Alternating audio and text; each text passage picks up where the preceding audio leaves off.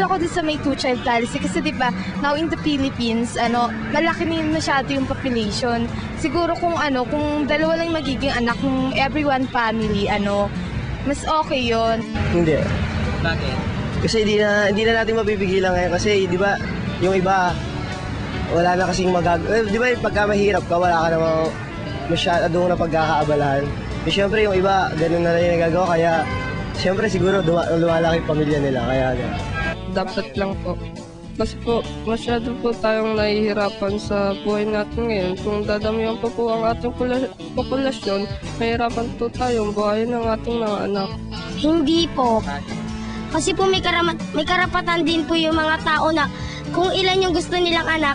Kasi po pagka marami pong anak, mahirapan po magpaaral yung mga magulang pag wala po silang mga trabaho. Siguro dapat discretion na lang ng families kung kaya ba nila yung mag-raise ng malaking family. Mas okay yun kasi makakatulong sa atin pag hindi na masyadong marami yung populasyon sa atin. Dapat kasi,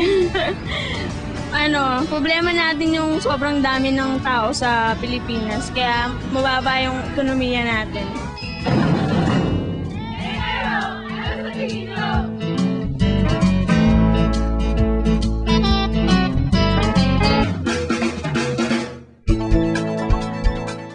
Ang Kabataan Express ay hatid sa inyo ng UNICEF.